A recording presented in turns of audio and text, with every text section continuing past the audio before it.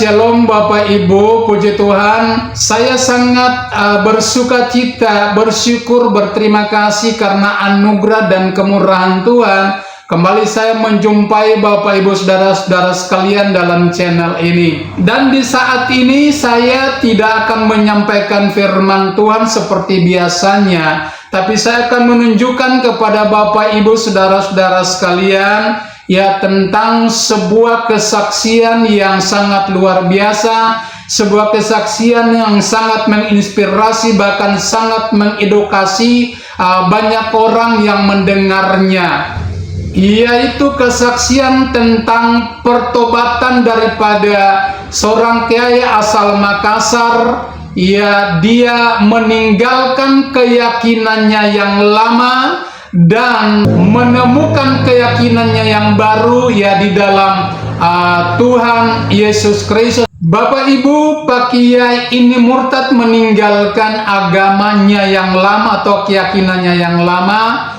ya, bukan disebabkan karena Pak Kiai ini mendapat mimpi dari Tuhan atau mendapat penglihatan atau diinjili oleh orang Kristen atau penginjil-penginjil, tidak. Tapi pertobatan daripada Pak Kiai ini terjadi disebabkan karena ya beliau menemukan kebenaran yang sejati di dalam Alkitab ya, melalui kajian-kajian, bahkan risetnya, penelitiannya ya secara ilmiah ya terhadap kebenaran yang sesungguhnya. Dan bukti-bukti kebenaran secara ilmiah itu dia menjumpainya, Pak Kiai ini menjumpainya di dalam Injil atau di dalam kitab suci orang Kristen. Untuk lebih jelasnya Bapak Ibu, saya mengajak kita semua untuk langsung saja kita menyimak kesaksian daripada Pak Kiai asal Makassar ini. Selamat menyaksikan.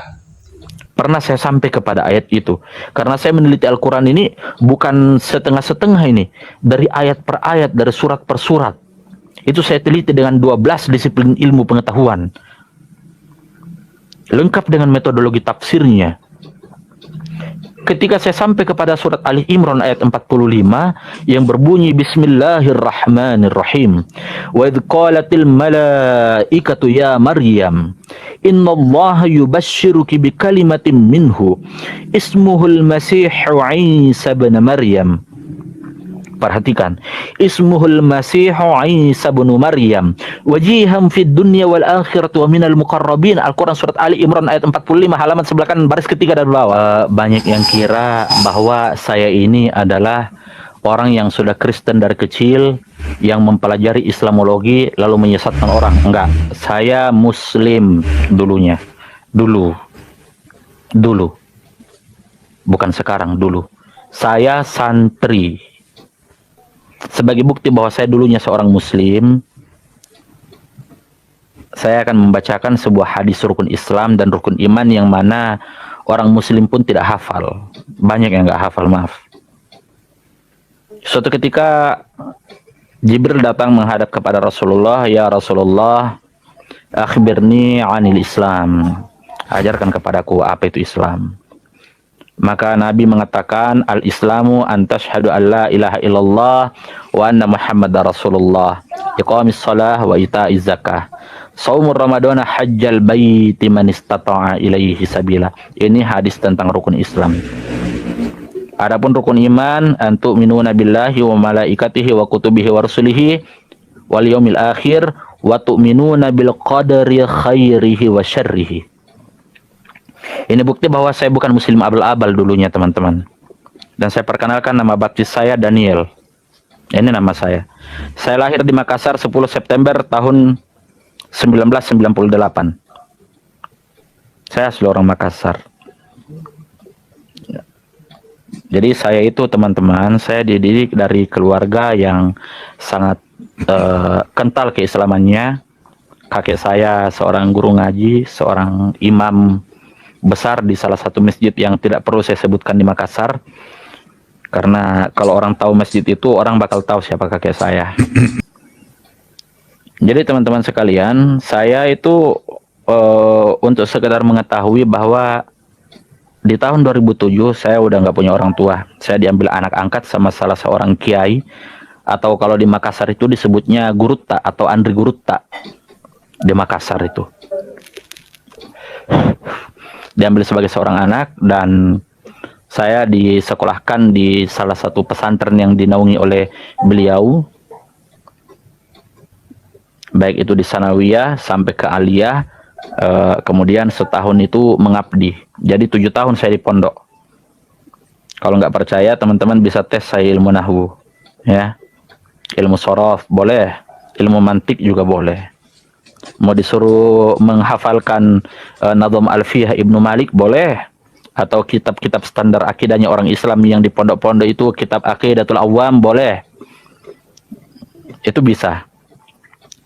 Nah, kenapa saya murtad? Dulu waktu di pondok itu teman-teman sekalian, kami itu cuma diajari ajaran-ajaran yang standar, ya, pelajaran-pelajaran yang standar. Contoh misalkan dasar-dasar bahasa Arab, usul fikih. Ya, kita juga belajar di sana yang namanya ulumul Quran, ulumul hadis. Kita belajar yang kayak gitu. Ya, kita belajar ilmu mantik, nahwu, saraf. Kita pelajari yang kayak gitu. Cuman yang menjadi masalah kemudian adalah ketika di sebuah perpustakaan kita atau kami dilarang membaca kitab-kitab tertentu. Ya, contohnya misalkan kitab Qurratul Uyun, Fathul Izar, atau ada lagi kitab pertumpahan darah kaum muslimin setelah wafatnya Nabi, misalkan itu dibahas kayak di kitab Tarikh Madinatid Dimashqi, Syiar Alam An-Nubala yang ditulis oleh Az-Zahabi, atau kitab Ma'rifatis Sahabah.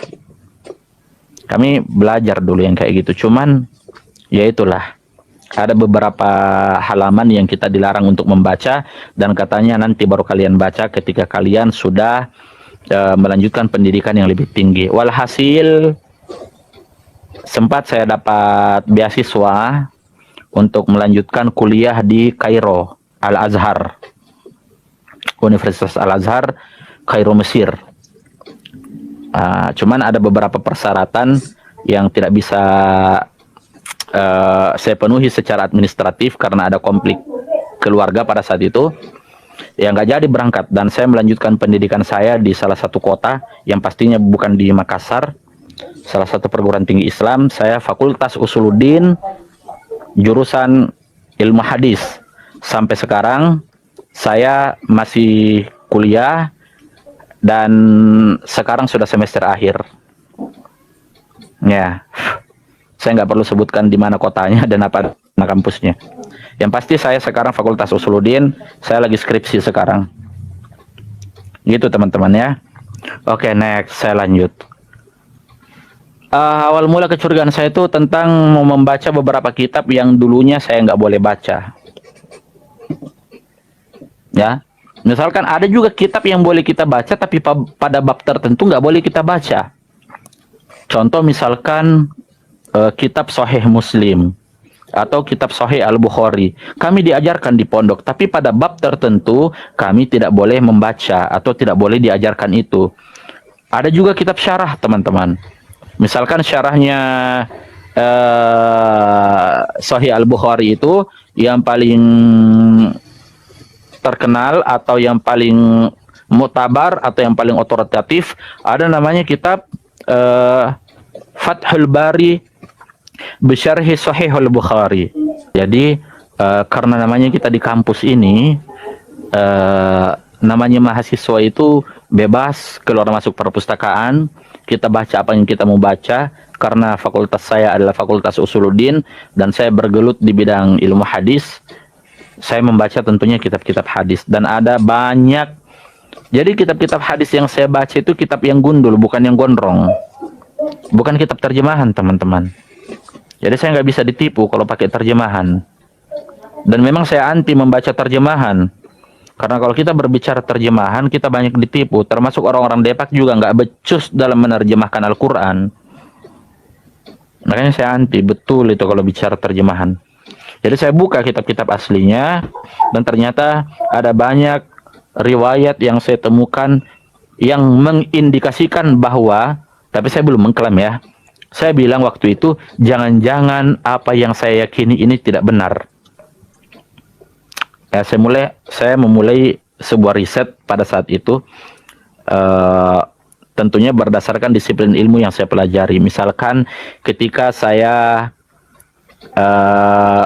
meneliti sanad hadis itu, ada yang namanya ilmu jarah wa ta'dil. Ya, ternyata jarah wa ta'dil juga itu punya banyak kelemahan, ilmu jarah wa ta'dil itu, karena kualitas perawi hadis itu bisa ditetapkan sebagai perawi yang sikoh atau tidak sikoh, yang adil atau tidak adil, kadang-kadang bukan dinilai secara objektif, tapi berdasarkan tendensi.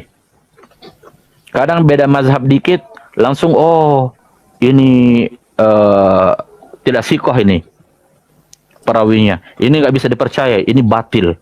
Kadang-kadang kayak gitu, teman-teman.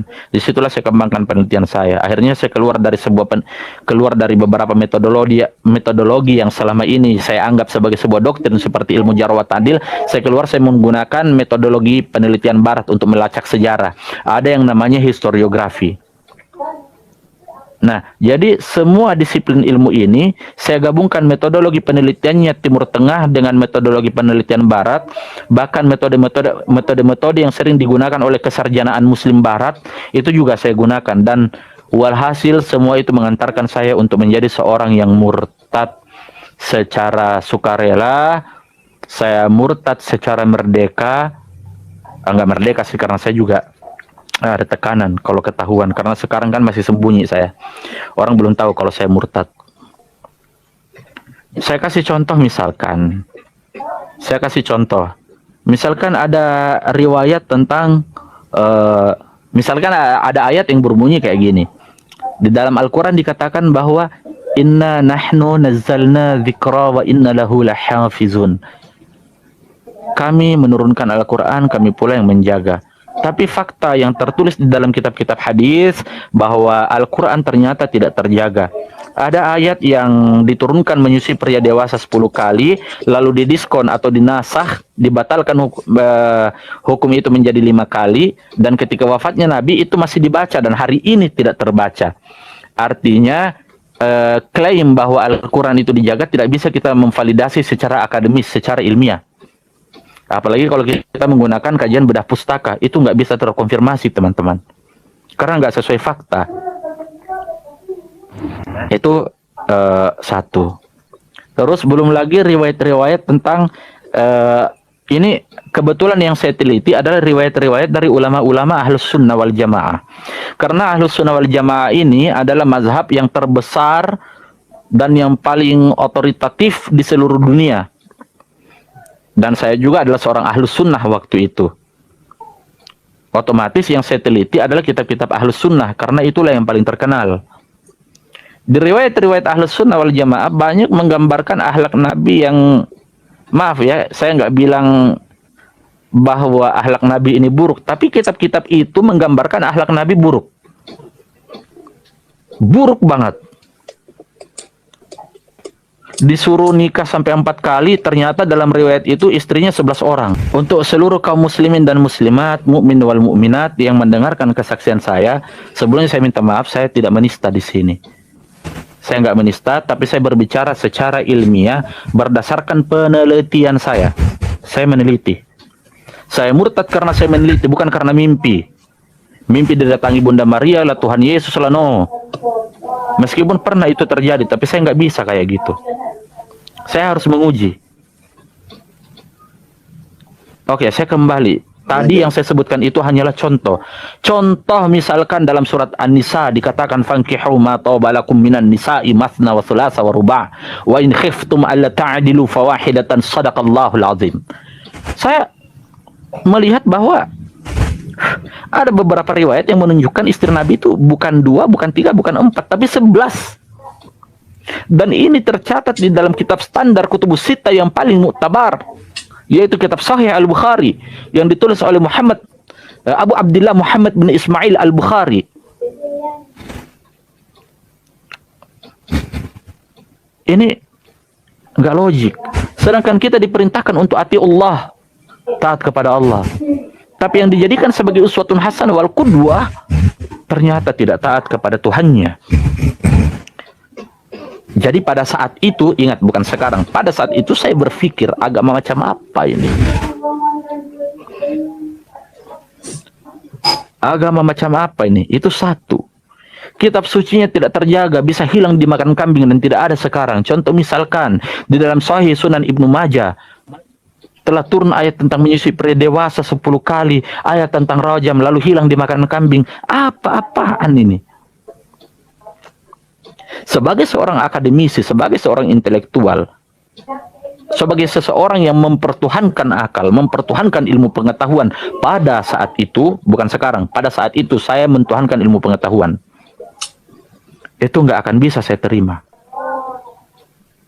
Akhirnya saya mulailah penelitian, saya mulai meriset, saya kumpulkan kitab-kitab, kalau dikenal dalam kaum muslimin itu disebutnya kutubus sittah.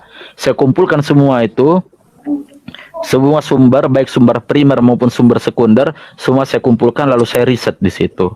Akhirnya sampailah pada suatu keputusan bahwa saya harus memilih untuk tidak meyakini agama manapun.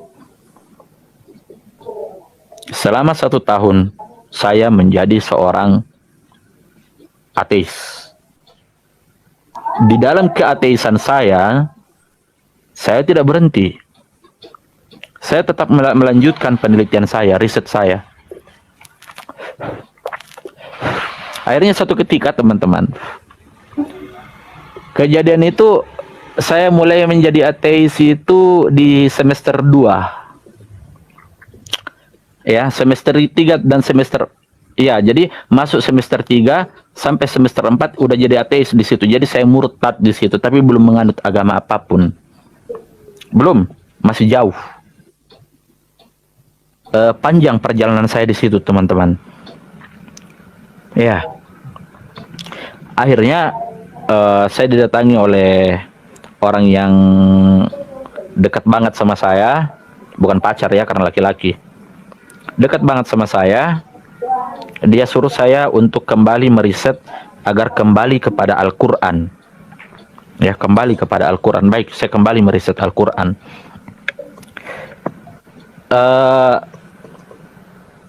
Setelah saya meriset pada saat itu, saya ketemu dengan beberapa ayat. Ya. Jadi misalkan di dalam Al-Qur'an surat Ali Imran. Ya. Surat Ali Imran ini ayatnya 45, teman-teman. Pernah saya sampai kepada ayat itu karena saya meneliti Al-Qur'an ini bukan setengah-setengah ini, dari ayat per ayat, dari surat per surat. Itu saya teliti dengan 12 disiplin ilmu pengetahuan, lengkap dengan metodologi tafsirnya. Ketika saya sampai kepada surat Ali Imran ayat 45 yang berbunyi Bismillahirrahmanirrahim. Wa idh qalatil malaikatu ya Maryam innallaha yubashshiruki bikalimatin minhu ismuhul Masihu Isa bin Maryam. Perhatikan, ismuhul Masihu Isa bin Maryam wajihan fid dunya wal akhirati wa minal muqarrabin. Al-Quran surat Ali Imran ayat 45 halaman sebelah kanan baris ketiga dari bawah. Ayat itu dimulai dari bagian ujungnya. Ingatlah ketika para malaikat mengabarkan, ya. Malaikat berkatakan, mengabarkan kepada Maria, Bunda Maria atau Maryam, ya Maryam, wahai Maryam, innallaha, sesungguhnya Allah, yubashshiruki, memberikan kabar kepadamu, bikalimatin minhu, dengan firman-Nya. Ya. Ini pakai domir huwa. Hu di sini khitabnya kembali kepada firman yang berbunyi kalimatin. Siapa nama firman ini? Ismuhu, namanya, ya. Hu-nya di sini kembali kepada firman. Ismuhul Masihu Isa bin Maryam. Dia bernama Al-Masih bin Maryam, wajihan fid dunya wal akhirati wa minal muqarrabin. Dia terdepan di dunia dan di akhirat. Dalam kata lain, wajihan indallah. Saya berpikir bahwa sang Rasul akhirul zaman yang bergelar Khatamun Nabiyyin, Sayyidul Anbiya'i wal Mursalin, Muhammadinil Mustafa, Nabi akhir zaman pun tidak bergelar, nggak disebutkan wajihan fid dunya wal akhirah. Saya di situ mulai mempertajam penelitian saya. Saya mau cari di mana ujung pencarian saya dari ayat ini. Itu saya kejar betul itu. Sampai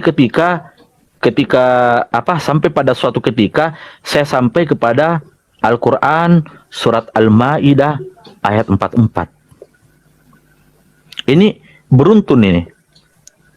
Ya, ini dalam kondisi saya ateis.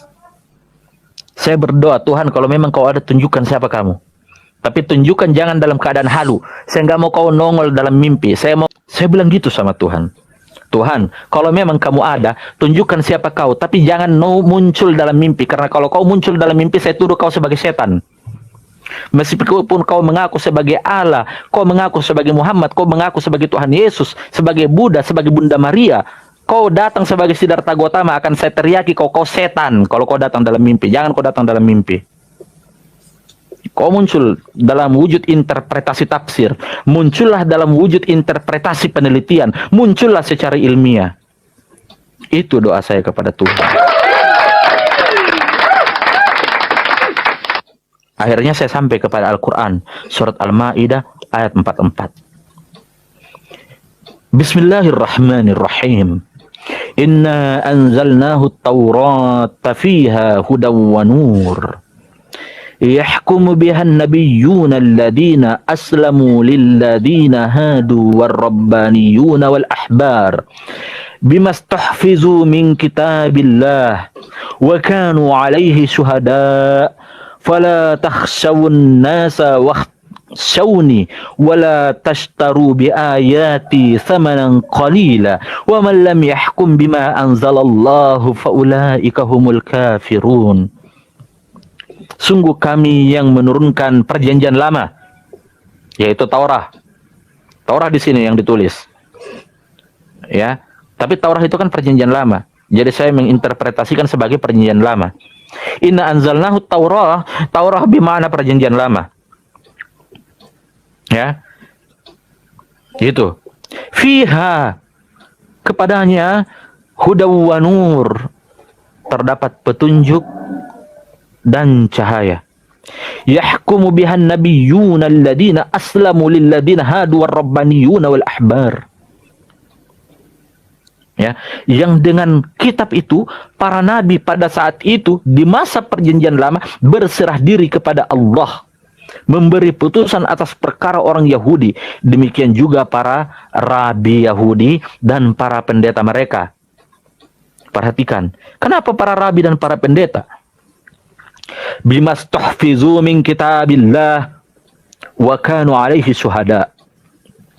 Karena mereka para rabi, karena mereka para pendeta, ingat, bukan ustadz, bukan kiai. Para rabi, para pendeta diperintahkan untuk menjaga kitab Allah, dan dengan kitab-kitab itu para pendeta akan bersaksi. Catat ayatnya. Ini sebagai pelajaran juga buat teman-teman. Ya, mereka diperintahkan untuk memelihara kitab-kitab Allah dan mereka menjadi saksi terhadapnya.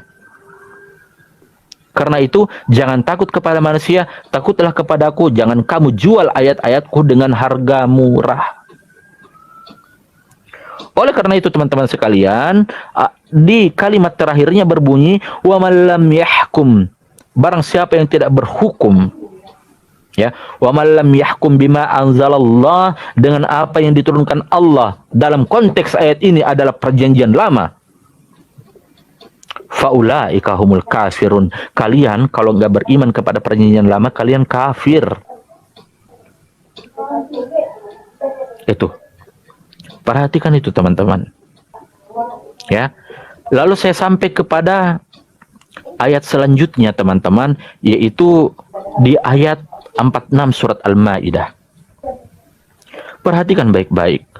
Wa qaffayna ala atharihim bi'Isa ibn Maryam musaddiqan lima bayna yadayhi minat Taurah wa atainahu al-Injila fihi hudaw wa nur wa musaddiqan lima bayna yadayhi minat Taurati wa hudaw wa mau'izatan lil muttaqin. Oke. Jadi, dan kami teruskan jejak mereka dengan mengutus Al-Masih putra Maryam untuk membenarkan kitab sebelumnya, yaitu perjanjian lama Taurat, dan kami menurunkan kepadanya perjanjian baru, yaitu Injil. Di dalamnya terdapat petunjuk dan cahaya, dan membenarkan perjanjian lama atau kitab sebelumnya, yaitu Taurat, dan sebagai petunjuk serta pengajaran untuk orang-orang yang bertakwa. Di sini saya mikir saya teman-teman, apalagi kalau kita sambung di ayat 47-nya, wal yahkum ahlul injil bima anzalallahu fihi wa man lam yahkum bima anzalallahu faulaika humul fasikun. Dan hendaklah pengikut Injil memutuskan perkara menurut apa yang diturunkan Allah di dalamnya. Barang siapa yang tidak memutuskan perkara menurut Injil atau apa yang diturunkan Allah dalam konteks ayat ini adalah Injil, maka mereka itulah orang-orang fasik. Di sini saya mulai melanjutkan penelitian saya. Akhirnya panjang kali lebar, nggak mungkin semua riset saya paparkan di sini, karena itu nggak mungkin, panjang banget. Belum ulumul Qur'annya, belum ulumul hadisnya, belum ijma' dan kiasnya para ulama. Ya, nggak mungkin saya paparkan di sini. Saya persingkat, walhasil saya dibaptis dengan nama baptis saya Daniel. Dan saya tidak akan menyebutkan di mana saya dibaptis dan siapa yang membaptis saya. Cukup teman-teman tahu saya Daniel. Ya. Amin. Akhirnya ketika saya dibaptis, saya menyembunyikan keimanan saya di tengah komunitas karena saya tinggal di asrama. Saya punya beasiswa pada saat itu. Akhirnya ada satu kondisi di dalam ilmu psikologi agama itu, di mana ketika seseorang baru menemukan sebuah suatu entitas yang dianggap bahwa itu adalah sebuah kebenaran mutlak, kadang-kadang jiwanya itu nggak tenang. Dan saya membuat sebuah tulisan, diterbitkan di dalam jurnal kampus, dan ketika tulisan saya terbit, diputus beasiswa saya sampai hari ini. Sampai hari ini beasiswa saya diputus tanpa mereka mengetahui kalau saya murtad, tapi mereka curiga bahwa saya sudah murtad. Saya tinggal di sebuah asrama tahfiz, dan saya nggak mau sebutkan itu di mana, dan saya tidak mau tempat tinggal saya pun diputus. Ya, namanya juga kita kuliah sendiri ya, nggak dibantu sama orang tua karena namanya orang tua nggak ada. Jadi saya nggak mau tempat tinggal gratis saya hilang, cukuplah beasiswa saya yang hilang. Dan yang terjadi sama saya sampai hari ini, kalau saya mau pergi gereja, saya alasan untuk pergi jogging, pakai celana training, saya singgah di gereja di mana yang saya bisa singgah. Itu yang terjadi sama saya sekarang. Amin. Haleluya. Amin. Amin. Amin. Itu yang terjadi. Dan kadang saya jujur, saya bukan Kristen yang baik, karena nggak setiap hari Minggu saya pergi ke gereja. Saya ke gereja kalau sanggup, kalau nggak sanggup ya sudah saya tidur karena sesuatu dan lain hal, karena kondisi yang tidak memungkinkan untuk saya bertemu Tuhan di dalam bait Allah, di dalam rumahnya, di dalam gereja. Amin. Seperti itu mungkin. Itu kesaksian singkat saya. Yang pasti saya murtad secara ilmiah, bukan karena halu, bukan lewat mimpi, bukan. No. Dan bukan karena perkawinan atau jatuh cinta kepada perempuan. No. Terlalu murah keimanan kalau kita pindah keyakinan gara-gara lawan jenis. Terlalu murah keimanan kita ketika keimanan kita tukar dengan kemaluan perempuan atau kemaluan laki-laki. Nah, murah teman-teman.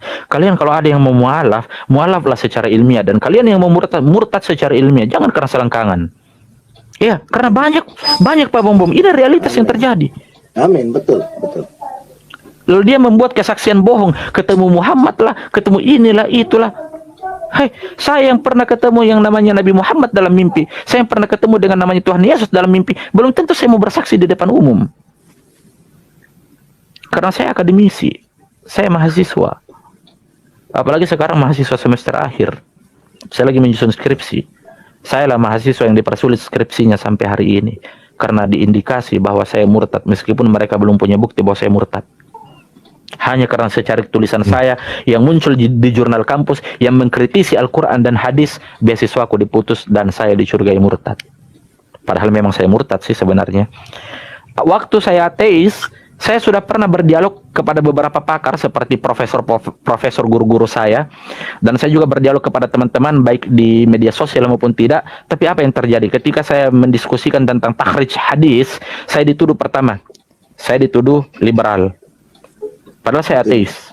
Saya nggak ngerti apa itu Islam liberal. Yang kedua, yang paling sering ini, saya dituduh Ahmadiyah atau Syiah. Sedangkan saya nggak tahu apa itu Syiah.